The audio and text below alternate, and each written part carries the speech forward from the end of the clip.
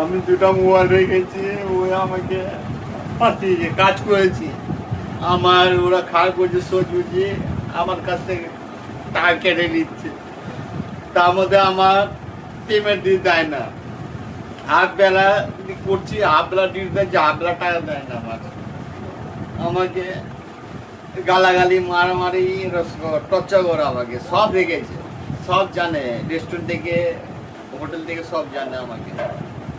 আমার 700 টাকা কথা বলেছিল, আমার 700 টাকা দিচ্ছে, আমি 40 টাকা দিয়েছি কেটে বেটে, তা আমার অত্যাচার করছে, টাকা আমার নাই।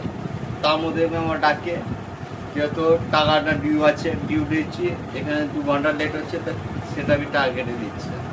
অ্যালোগাস সেটা কি আমি ভুল না ওর ভুল না, আমি কি আমার মধ্যে কি আছে, এর মধ্যে মানে কি করছি এর মধ্যে, সেটা আপনাদের উপরে ছাড়লাম। কাট।